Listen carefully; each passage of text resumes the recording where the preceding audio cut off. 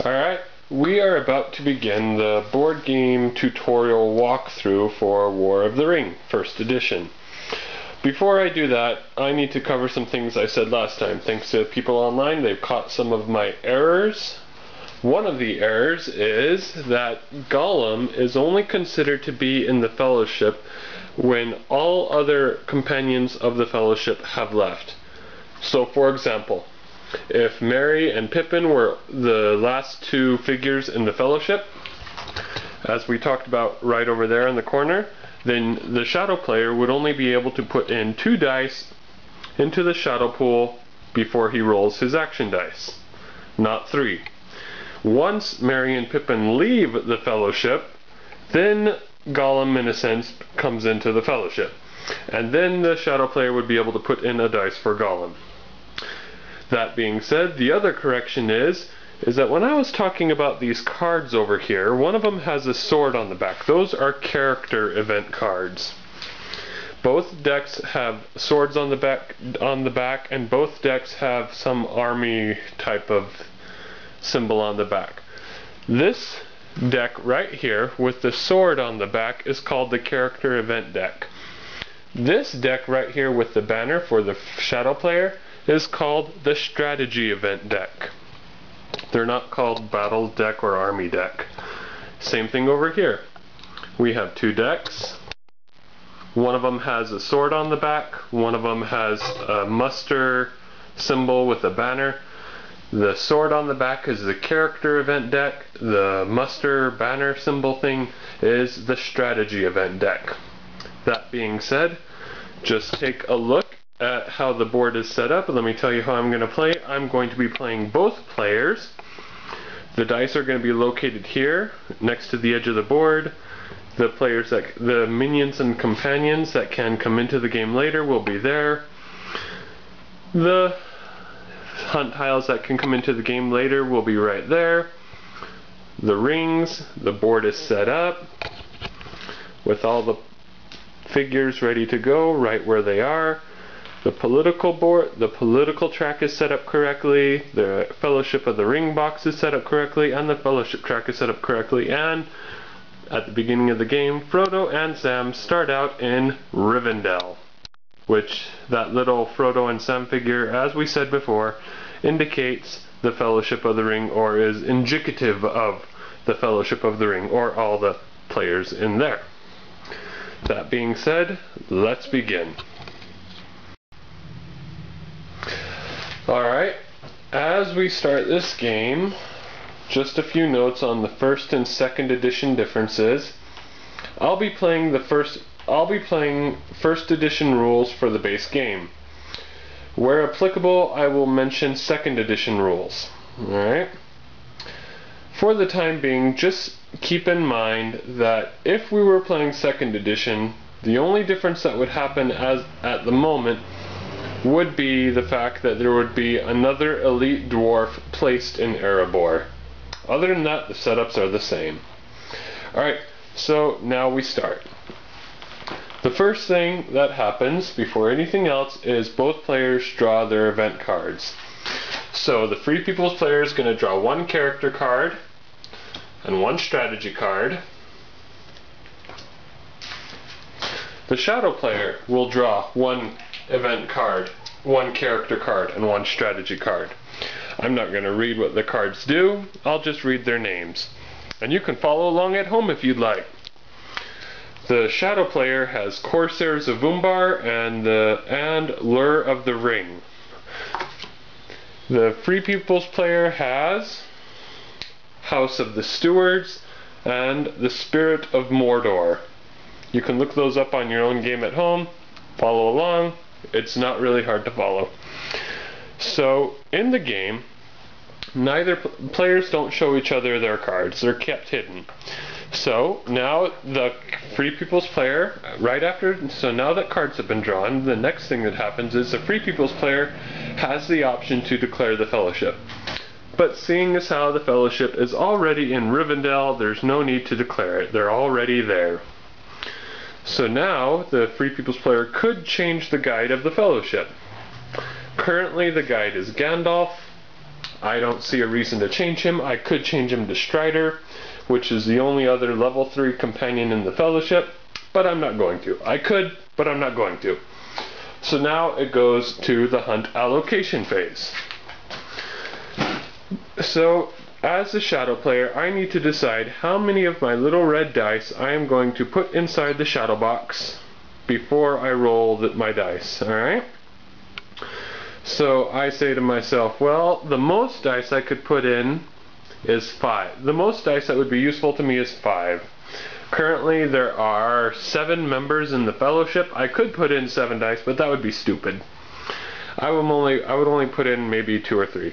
So, as my first starting action as a shadow player, I'm going to put in 2.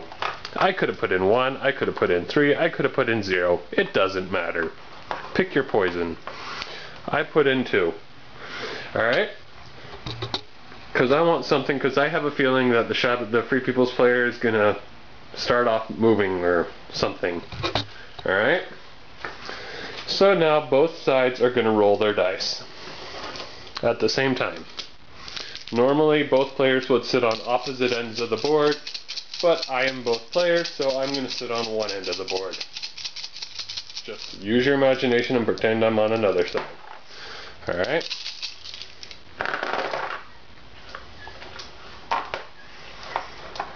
Oh, this is really good. Alright. So if you can't see very well, I'll zoom in. The Free People's player has 2 muster dice, 1 Palantir, and 1 character dice. The shadow player has 1, 2, 3, has 2 muster / army actions, 1 army action, 1 muster action, and 1 character action. Alright. Alright, so the game starts out. Starts out as the Free People's player turn. If you're following along at home, I don't want to use my cards yet, mostly because I can't. Alright? So I'm just going to start off, and I'm going to use one of my character dice, the only one I have, this one, and I'm going to take a chance and I'm going to move the Fellowship, alright? So, I place it off to the side, just to show that I'm using it. The shadow player has 2 eyeball dice in the hunt box. So now he rolls 2 dice. So I roll my 2 dice for the hunt. And I got 2 6s right here. Alright? So that means I got a success. So now, because I have a success, not because I have 2 6s, just because I have at least 1 success, I draw from the hunt pouch. Nice and random. And I have a 1. Alright? So I was a shadow player, I rolled the shadow dice, and the shadow player drew a 1. It doesn't matter who draws it, we just play it as the shadow player does it. So now the Free People's player has to decide how to take that 1 damage. As I said before, he can take it all as corruption, as one way. He can kill off his leader, which is another way, which could take up to 3 damage, but it would be kind of stupid to kill off Gandalf for just 1 damage. Or he could do a random casualty. I don't want to do a random casualty because I don't want Aragorn to die, a Strider to die. If he dies, that makes my game very, very sucky. I do not want to do that. So the Free People's player is now just going to take the damage as corruption. So as indicated by the corruption marker on the Fellowship track, I move it down by 1, and it is noted. And also the Fellowship moved, and it was not revealed. So the Fellowship movement marker moves down by 1, and the corruption marker moves down by 1. That was the Free People's player's turn. Now it's the Shadows player's turn. The Shadows player's turn to use one of their dice. Alright, so as I mentioned before, these are the dice that I have available as the Shadow player. Now, I already know what I'm going to do because it's a very helpful thing to do. But let's take a look at the political track. Alright? The first thing that I am going to do, just because I've played quite a few times, is I am going to use my muster die that I have, this one right here, with the muster symbol on it, the crown if you will, and I'm going to use it. So I place it off to the side, and because all of the Shadows players' nations are already activated, I can use a muster die to progress them down the political track. I'm going to be talking about this political track as the game goes on. You're just going to see me doing what is expected to do. But as you watch what I do in the coming videos, you're going to go, oh, I get that, I know what he's doing. So the first thing I'm going to do, and you know, people might have varied opinions on this, this is my opinion, is I'm going to advance the Saruman nation down one step on the political track, so they are now at war, alright? That was the Shadow player's turn.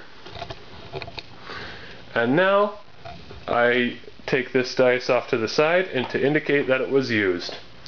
Now, one thing I failed to mention is, remember that dice right there that the Free People's player used to move the Fellowship?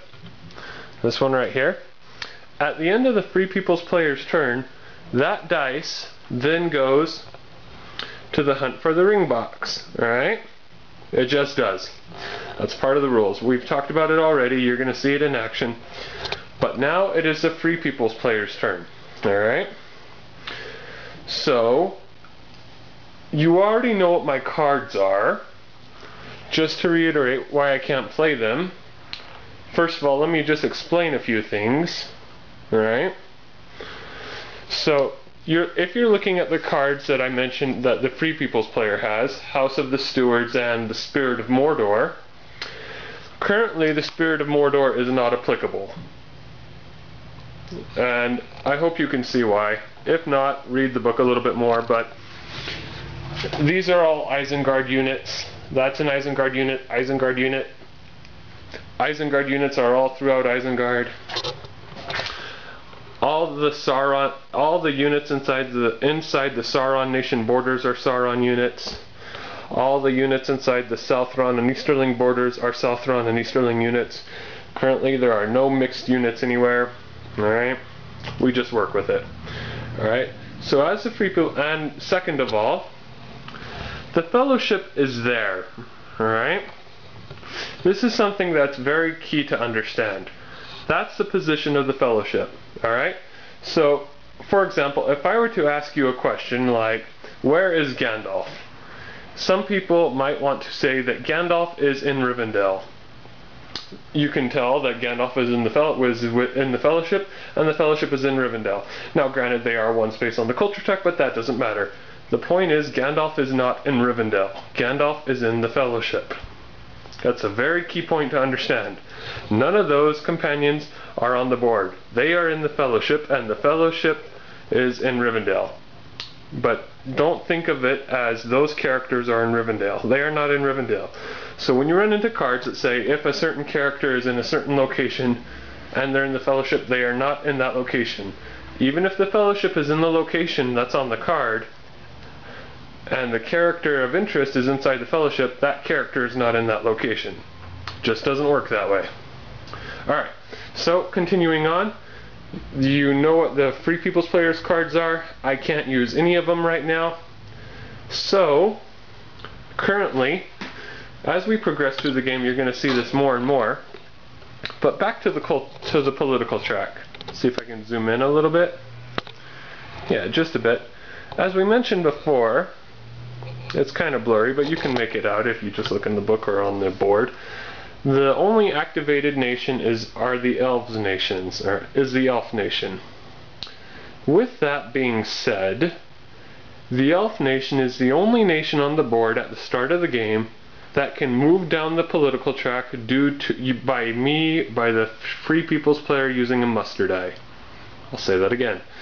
The Elf nation is the only nation at the beginning of the game that can move down the political track due to the use of a muster die. All the other nations must either be attacked, or they must be invaded, or their settlements must be taken. We'll get into that a little bit later, but currently I cannot even, until the nations are activated, which is when I turn their blue sides face up, I cannot move them down the political track to be at war. And unless they're at war, I cannot muster the armies that they have available. Alright? Just doesn't work. So, I'm going to do pretty much the only thing I can do right now. And I'm going to use my available action dice, these three, and I'm going to move the elves down one step on the political track. I can only use it once and I can only do one movement. So you can see my finger moving the piece. This is the Elf Nation political marker. I move it down one. I could have done other things, but that's the one I really wanted to do. So I take off this muster die. To show that it has been used, I just simply move it off to the side. It does not go to the shadow box because it did not move the fellowship. That one did. So it just goes off to the side just like that. So now these are the turns that are left, alright? So now that the Free People's player took their turn, it is now the Shadow player's turn to take their turn. Alright? Alright, now that it's the Shadow player's turn, he's going to use one of his action dice. I already know what I'm going to do. This is purely up to, personal interpretation or whatever, but I am going to use one of these dice, this one, and I can use either the muster ability or the army ability, the army movement ability. I can't use both. I can only use one or the other. I'm going to use the muster. Alright? To indicate that it's been used, I place it off to the side.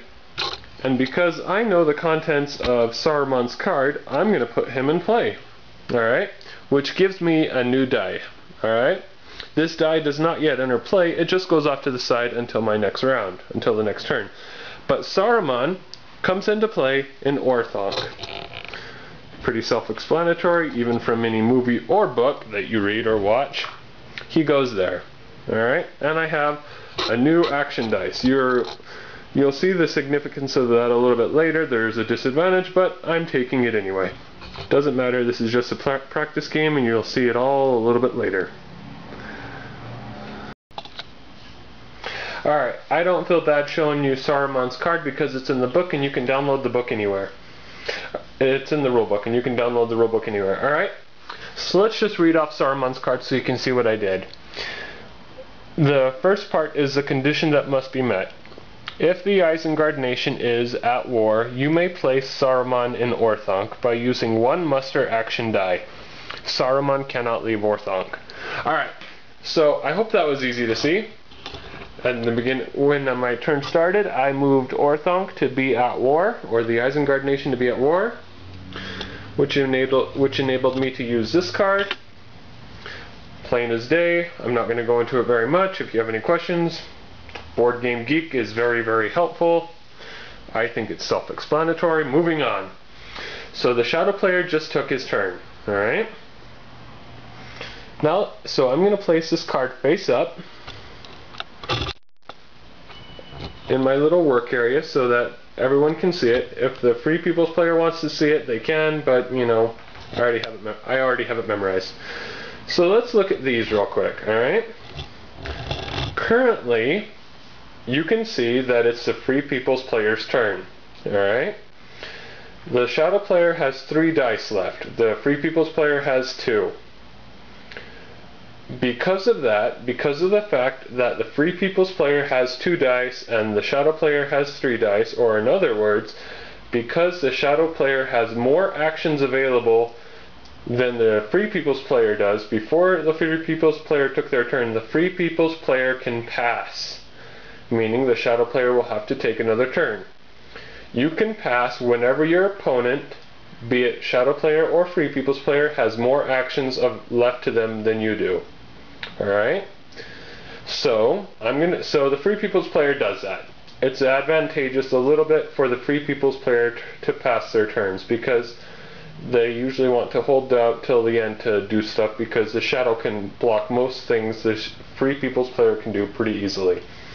So the Free People's player is going to pass. Now it's the Shadow player's turn again. The Free People's player could have played a die, or could have used a card if it was applicable, but he decided just to pass. Alright? So, I'm going to look on Saruman's card again, and if you're following along at home, you can read along too, but it has a really freaking cool ability. Alright, so first of all, let's talk about nations that are at war. Alright? Or let's talk about mustering a little bit. Alright? So currently we can see that the Isengard nation is at war. When a nation is at war, you can muster in reinforcements for that particular nation by using a muster die. Alright? So the Sauron nation is not at war, and the Southron and Easterling nations are not at Southron and Easterling nation is not at war. So I can't muster in for them yet. If I have a card that says muster in for this nation, then I could do it even if it wasn't at war, but I don't even have a card for that. You know what my cards are. I've already mentioned them. I'll mention them again just in case. It's Lure of the Ring and Corsairs of Umbar. Neither of which are applicable. But, so let's talk about mustering a little bit, alright? I might be wrong. I can't remember exactly how the Nazgul work. I think that the Nazgul are Sauron units. I'm pretty sure they are. With that being said, when you want to reinforce a nation, here's what you can do, alright? So you have a few options. On strongholds, like this one, which is Orthanc, or on settlements, like this one, South Dunland or North Dunland, you can muster in reinforcements, alright? So the way that works is you would take one of your muster dice that look like this, alright? You would play it off to the side, and if I wanted to, I could muster in some units for Isengard. I could do one of a few things, alright?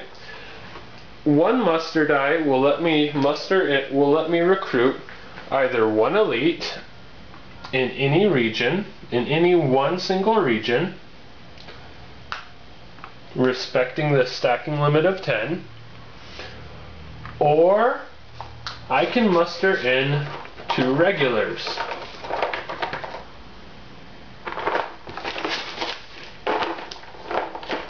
Alright? I could muster in a regular there, or there, or there, and there, respecting the stacking limit of 10. I cannot muster in 2 regulars in the same spot. That is not permitted. I can muster in an elite in the same spot, in any one of these 3 spots, but not 2 regulars in the same spot. As long as they're in different spots, I could do it. If the other shadow nations were at war, I could muster in a regular here of this nation and a different regular of another nation somewhere else. But since Isengard is the only one at war, that's the only one I can do. I cannot muster in the Gap of Rohan. There's no settlement there. For the collector's edition, settlements are indicated by these cool little red diamond things. It might be on the 2nd edition. I don't know. I don't have the board. But on every edition, they have these little circle village things here and here. You might not be able to see that, but we've already been over that. But I'm not going to muster in like that because Saruman has a really, really cool ability. Alright? As we read Saruman's card, we can read, use a muster action die to either recruit 1 regular Isengard unit in every Isengard settlement, which is North Dunland, South Dunland, and Orthanc, or replace 2 regular Isengard units in the Orthanc region with 2 elite units. Those are all really, really good abilities. I'm going to do the former, or the first. I'm going to muster in a unit in North Dunland, South Dunland, and Orthanc. That's one of the reasons I wanted to bring Saruman in so very quickly, is because the voice of Saruman ability that he has is very, very useful for Orthanc or for the Isengard nation at the beginning of the game. If I would have just used a regular muster die, I would have only gotten 2 units off that, but because Saruman is in, then 3 units get to come in because of that. So that was my action. Alright? So moving back over here, I used this action to pull off that. Right? So it goes off to the side. Whoops. It is now the Free People's player's turn. Alright? We remember that they had these two dice open to them. Now the number of actions for both players are tied. The Free People's player can no longer pass. Alright? So the Free People's player is going to draw a card. Just because I want to. I think I'll have better luck at it. I could use the army muster action die to move the elves down one more step on the track, but I'm going to draw a card. Alright? And I'm going to draw from, I don't know, the strategy deck. Alright? The card I draw is the Last Battle. Alright? Now I know online that on AresGames.com they've redone about 6 or 7 cards. Alright? The Last Battle is one of them. I'm just going to be playing with the normal rules. If we get into an instance where it applies the 2nd edition rules, I'll cover it, but until then, just 1st edition rules. Alright? So I used my Palantir dice to do that, and I drew the card, and I put it with my other cards. Now I have 3 cards in my hand. Now it's the Shadows player's turn. Alright, so now that it's the Shadows player's turn, alright, I've used these dice that are off to the side. I have these 2 dice left. A character sword action die and an army action die. Well, for the army action die allows me to do a few things. One, it lets me attack with the shadow army that's in my control another army anywhere on the board that's adjacent to the region I'm in. Alright? So, let me just pause this. Alright, so let's talk about this little banner army dice real quick, alright? So this dice would allow me to attack, or I could move up to 2 armies with it. Well, to get an idea of what the attacking does, it would work like this. So, you know, we've talked about attack, and we talked about in one of the other videos how I use an action dice. Well, this is the action dice I would use, alright? And I have an army right here, and there's another army, an opposing army in a region adjacent to the region I'm in, alright? So if I wanted to, I could attack that region. But if I did that, that would activate them and could possibly get them to a war much quicker. I don't want to do that just yet.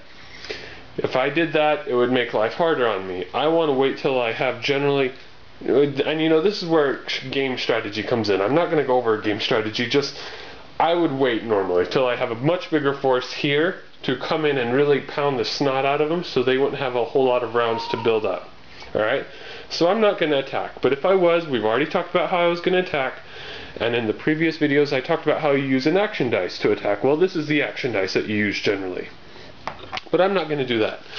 I'm going to move 2 armies. Alright? So the rule with moving 2 armies, and I'm going to do it over here. Alright? In Mordor.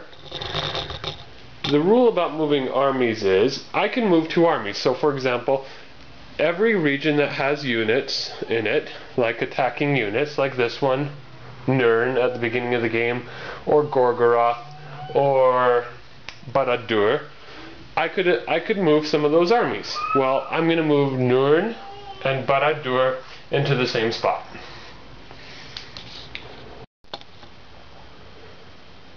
Alright, so just to review, I moved the army that was located here in Nirn into Gorgoroth, and I moved the army that was located in Barad-dûr into Gorgoroth.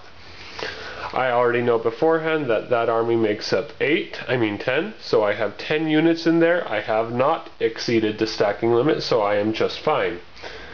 Alright, so that's what an army dice does. It allows me to move 2 armies. I can move them into 2 separate regions. I could move them into the same region. I could move one army, you know, that's on this side of the board, like, you know, somewhere over here into this place, and I could go to the other side of the board and move another army. It doesn't matter. Any 2 armies on the board. I could pick the same army, so like, you know, if I really wanted to, or if I felt so inclined, I could split this army. So, you know, I could send half the units here, half the units there. I could send any number of units. So, you know, 1 unit here, 9 units up top, and that would be considered splitting an army. So in a sense, if you split an army, you're still only allowed to move each army once. Alright, so like if I split an army, I could move one there. There's just lots of ways you can do it. The basic rule is you can move 2 armies up to 1 space each. We'll get in, you'll probably see a little bit more later, but for now that'll suffice. Alright, so it is now the Free People's player's turn. The Shadow player just finished their turn. They use their action dice, this one, and they move 2 armies with it. Now it's the Free People's player's turn to use their die, alright? Now I'm going to move the elves down 1 more space on the political track. You know, right over there, the elves that need to go down a little bit more. Well, I'm going to move them down 1 more. And that'll finish out my turn. That'll be my last turn. That's my muster die. And that's something I can do with a muster dice, because the elves are activated. I cannot do that with any other nation because they're not activated yet. It gets tricky. You want the Free People's player wants to activate their nations really quickly. Sometimes it's hard, sometimes it's easier. But it just works on the die. Now, if I wanted to, I could have discarded this die. I could have said, I don't want to use it, and I could have just put it off to the side. I can do that. Alright, there's nothing saying I can't do that, because sometimes it's the only option. But this time I had an option. So I could discard dice whenever I want to. I could pass whenever I want to, as long as the Shadow player had more dice available than I did. And it works vice versa, you know. The Shadow player can pass on using a die. The Free People's player can, well, Shadow player can't pass unless the Free People's player has more dice than he does. But that's rare, you know. But that's just how it works. So I use that die to do that action.